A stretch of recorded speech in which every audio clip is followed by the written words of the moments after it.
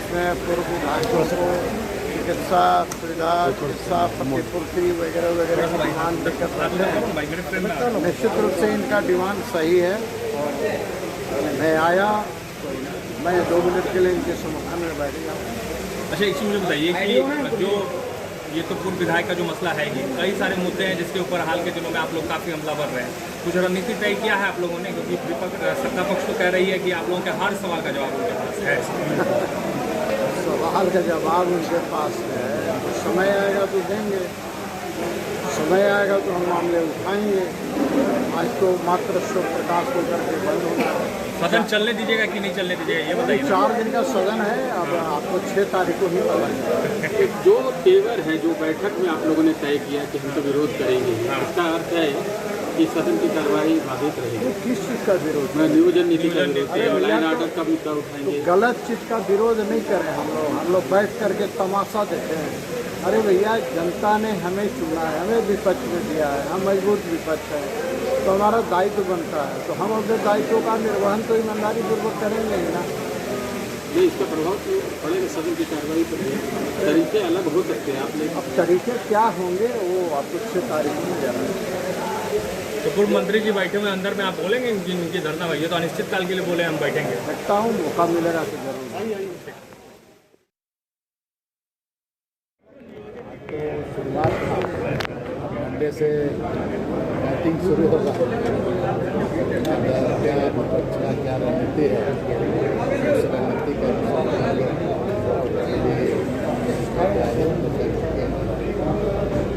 और जैसे उनका चलेगा, जिस तरह से उठाएंगे उसी तरह से अनुसार समय पर देखते हुए उसको जवाब दिया। अभी लेकिन मुख्यमंत्री द्वारा बोलने के बाद किया जा रहा था आज से ये नई परिभाषा, विशेषकर आज का दिन संदेश किया जा रहा है। इसमें माननीय लोगों को भी करना चाहिए। हम इस तरह के अगर आचरण करें, इस तरह की परंपरा की रहे तो एक तो आसन का कहा जाए कि आसन का तो अब हम सड़क की तरह सदन में अगर हम व्यवहार करते हैं, विशेषकर होने का समय जब उसका अवसर खड़ा होने का जिसे विपक्ष को मिला शोक संदेश पर, तो अपनी बात को कहा, उसी तरह से उनको भी अवसर मिलता है। उस बात को जरूर लोग बोलते हैं। ये सारी चीज़ इस तरह से अगर हम करेंगे तो सदन की गरिमा, तो इसलिए हमें सदन की गरिमा को तमाम सदस्यों को चिंता करनी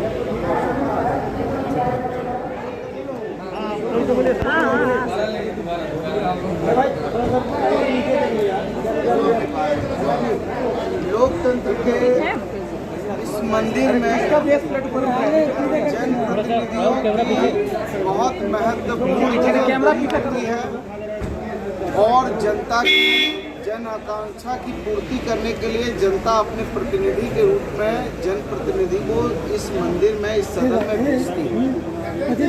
लेकिन सदन में आने पर जनप्रतिनिधियों का क्या चरित्र होना चाहिए, क्या उनको सिद्धांत विचार मानने चाहिए और किस प्रोटोकॉल में रहना चाहिए, ये सारी चीज़ें बहुत महत्वपूर्ण हैं।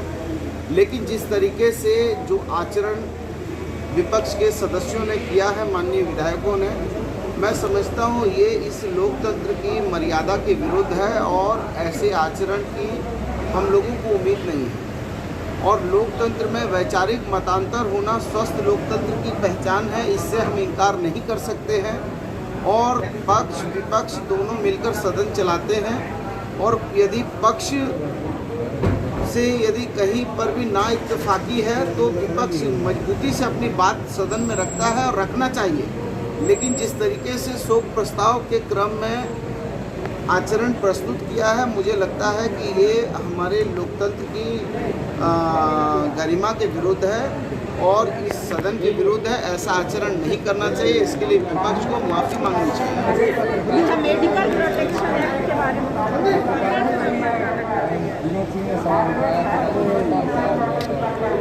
नहीं, देखिए अभी आज तो विषय सदन में कोई क्वेश्चन उठाने का विषय है नहीं। आज तो विषय है शोक सभा करके सदन जो है स्थगित करने का है। अब जब अगली बार जब वो नियम से किसी बात को उठाएंगे तो उस पर यदि आप क्वेश्चन करेंगे तो हो सकता है यदि मैं बोलने के लिए उसमें यदि अधिकृत होगा तो मैं ज़रूर कहूँगा, और नहीं तो सारे सवाल का जवाब संसदीय कार्य मंत्री जी देंगे। मंत्री जी, हाईकोर्ट ने एमजीएम अस्पताल का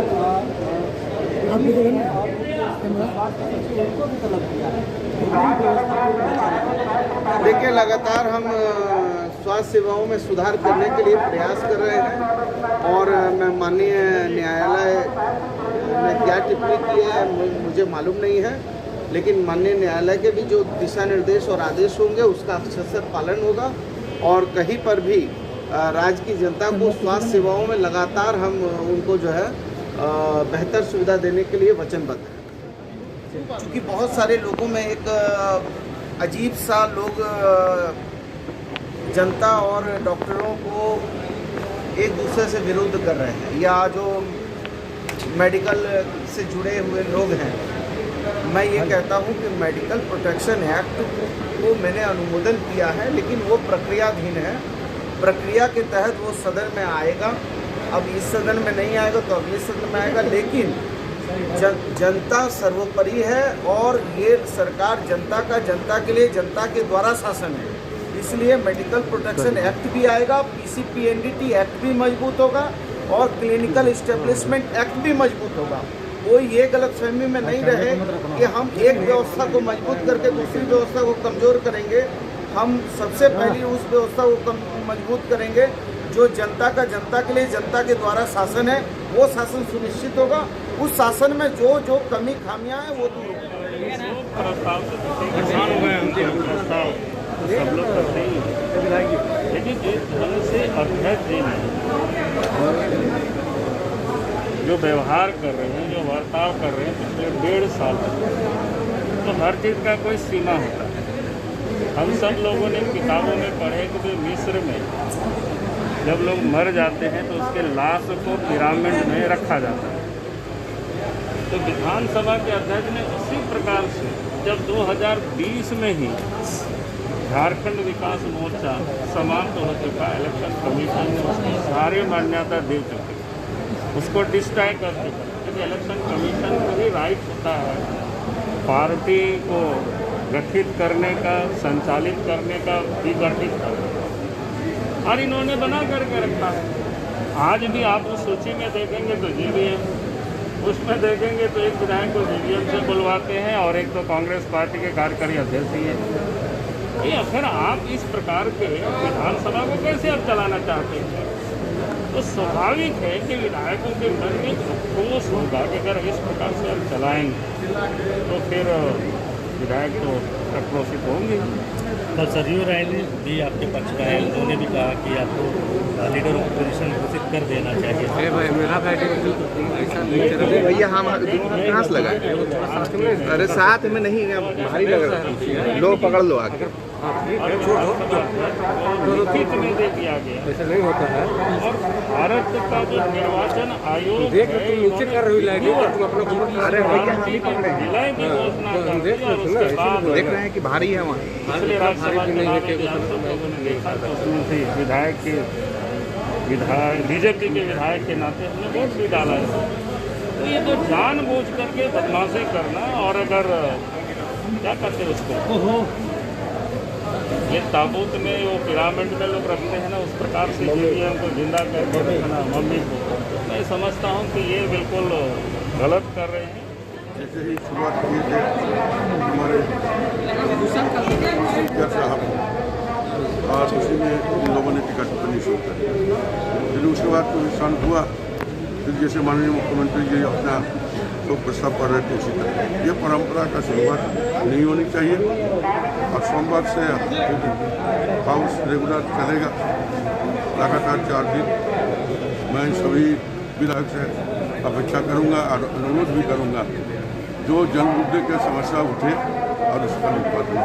और क्या लगता है, बंधु तिर्की अध्यक्ष भी बन गए, कार्यकारी अध्यक्ष भी बन गए, लेकिन सदन में अभी तक विधानसभा अध्यक्ष जेवीएम को जिंदा रखे हुए हैं। देखिए अभी भी आप देखे होंगे कि हमारे माननीय जो है क्या नाम, बंधु तिर्की बंधु तिर्की की बात नहीं बोल रहे हैं। हमारे यहाँ जो बंधु तिर्की है, हम लोग उनको पार्टी में ले चुके हैं, लेकिन स्पीकर हल्का कोर्ट में उनका केस पड़ा हुआ है। जब तक वो मान्यता नहीं देते तब तक वो मेरे आसन में नहीं आते। इसी तरह उनका भी वही है। बाबूलाल जी को उन लोगों ने विधायक दल का नेता मान लिया, लेकिन अभी भी उन तीनों का जेवीएम का नाम से ही चला जाता है। ये विधानसभा के अध्यक्ष तय करते हैं। विधानसभा के अध्यक्ष ने प्रदीप यादव जी को भी बोलने का मौका दिया। विधानसभा के अध्यक्ष ने बाबूलाल मरांडी जी, अब बाबूलाल मरांडी जी निर्दलीय के रूप में बोलना ही नहीं चाहते हैं, तो ये तो उनका व्यक्तिगत विषय है। अब पार्टी जबरदस्ती बोल रही है कि हमारा नेता प्रतिपक्ष बाबूलाल मरांडी जी, ऐसा नहीं होता है ना। विधानसभा का एक प्रोसीडिंग होता है। बाबूलाल जी ने इसकी तुलना मिस्र के पिरामिड से की है। जेवीएम को जिंदा रख रहे हैं स्पीकर ताबूत में। बाबूलाल जी किसी से भी तुलना कर सकते हैं। जब बाबूलाल मरांडी जी को बीजेपी जिंदा रख सकती है 15 साल जेवीएम पार्टी चलाने के बाद भी, तो बाबूलाल मरांडी जी कुछ भी बोल सकते हैं। आज बाबूलाल मरांडी जी को आखिर क्या जरूरत पड़ा बीजेपी में जाने का? उनको तो बीजेपी को खत्म करना चाहिए था, तो वो बीजेपी को वापस जिंदा करने की बात करें। आज बोल रहे मिस्र की पिरामिड। तो मैं समझता बाबूलाल मरांडी जी खुद क्या बोलते हैं वो पहले उनको तय करना चाहिए। जो वो बोलते हैं वो उन्हीं पे सबसे पहले लागू होता है। क्योंकि भाजपा के विधायकों का मानसिक संतुलन खराब हो गया और जिस प्रकार से आज आचरण किया, एक तरफ हम लोग जो मारे गए लोग हैं, जिसने देश को दिया, जो चले गए हमारे बीच में, उनको हम लोगों ने श्रद्धांजलि दे रहे थे, लेकिन इनको लगातार खाली इनको बाबूलाल मरांडी चाहिए। अरे आपके कहने से बाबूलाल मरांडी को हम लोग थोड़ी दे देंगे आपका नेता प्रतिपक्ष। आप लोग दबाव डालते हैं। अरे समय है, जब समय आएगा तो जाइएगा। तो हमको लगता है कि इनको अच्छी तरह से क्लास करने की आवश्यकता है और वो क्लास इरफान अंसारी लोग करेगा। 6 तारीख के बाद मैं बताऊंगा ये लोग आचरण क्या होता है। कांग्रेस को अपना लिया बंधु को। देखिए बाबूलाल मरांडी जी को मैंने पहले भी कहा है कि अब वो तीसरा मोर्चा में चले जाए। आज देश को तीसरी मोर्चा की आवश्यकता है और बाबूलाल मरांडी को खल रहा है और लोगों को भी खल रहा है। तो भाजपा उनको कोई दायित्व देने वाली नहीं है। भाजपा एक ऐसी पार्टी है जो यूज एंड थ्रो करती है। तो बाबूलाल मरांडी जी कहीं ना कहीं हमें लगता है कि पछता रहे हैं और मैं एज ए उनका जूनियर होने के नाते मैं कहूँगा कि तीसरा मोर्चा का गठन कीजिए और जेवीएम का आप वापस जेवीएम का गठन कर लीजिए। आप तो हेड हैं, तो कहाँ एकदम लड़ाई में हम लोग फंसा रहे हैं एकदम। तो सदन का भी जो लड़ाई है वो भी खत्म हो जाएगा और तीसरा मोर्चा आएगा।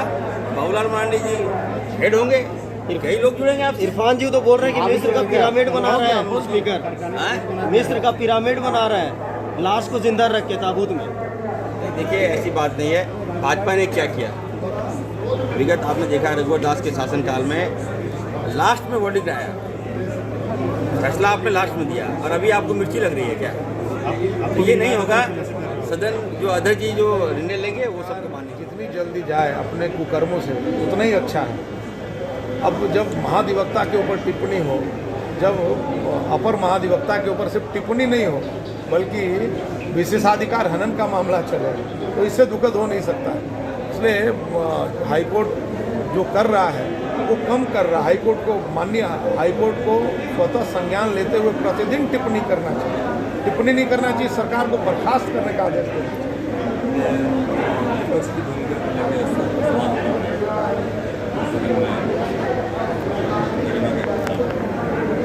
देखिए गरिमा तो कौन लोग गिरा रहे हैं वो पूरा सदन देख रहा है, पूरे राज्य की जनता देख रहा है।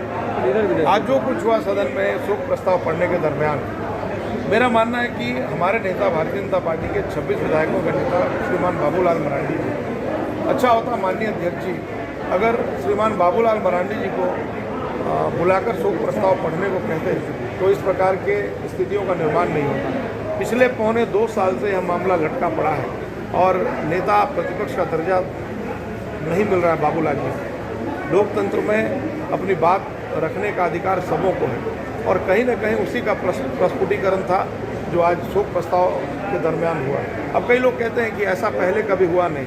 अब ऐसा तो पहले कभी ये भी नहीं हुआ कि अध्यक्ष जी मान रहे हैं कि तीनों अभी जेवीएम के हैं, अब एक बीजेपी के साथ हैं, अब एक कार्यकारी अध्यक्ष कांग्रेस के बन गए बंधु तिर्की और आप पढ़वा रहे हैं प्रदीप यादव जी से। तो ये सारा ये तो बहुत दुखद है, बहुत हास्यास्पद है और ये अध्यक्ष जी के भी गरिमा के खिलाफ है। 10 लाख लोगों लोगों से लगभग लोगों ने जो आंकड़ा अभी है लगभग का है कि लोगों ने सिग्नेचर कराया, गांव गए, लगातार 7 दिन तक गांव लोगों का गए। एक मत जो वो कमिटमेंट जो आदरणीय मुख्यमंत्री जी ने कहा था चुनाव से पहले, उनके दल, उनके पार्टी और उन्होंने खुद संबंध में कहा था कि ओबीसी के लिए मैं जब पहला कैबिनेट करूंगा तो उनके लिए आरक्षण देने का हम काम करेंगे। आज स्मरण कराना है कि आज 2.25 साल होने लगा, उनको स्मरण पत्र के रूप में एक सिग्नेचर आम लोगों का, उस परिवार का वेदना लेकर लोग आएंगे। 6 तारीख 8 जिला, 7 तारीख 8 जिला, 9 तारीख 8 जिला के जो प्रतिनिधि होंगे वो यहाँ पर आएंगे और मुख्य सचिवालय में, मुख्यमंत्री के सचिवालय में स्मरण पत्र देने का काम करेंगे। सीधे जी, एक न्यायालय का जो मामला है, खास करके जेपीएससी पर टिप्पणी हुई है, बाकी जगहों पे क्या लगता है कि सरकार की जो कामकाज है उसको लेकर न्यायालय को टिप्पणी करनी? ये तो इस तरह की टिप्पणी जब भी आती है तो स्वतः स्फूर्त सरकार को संज्ञान में लेना चाहिए।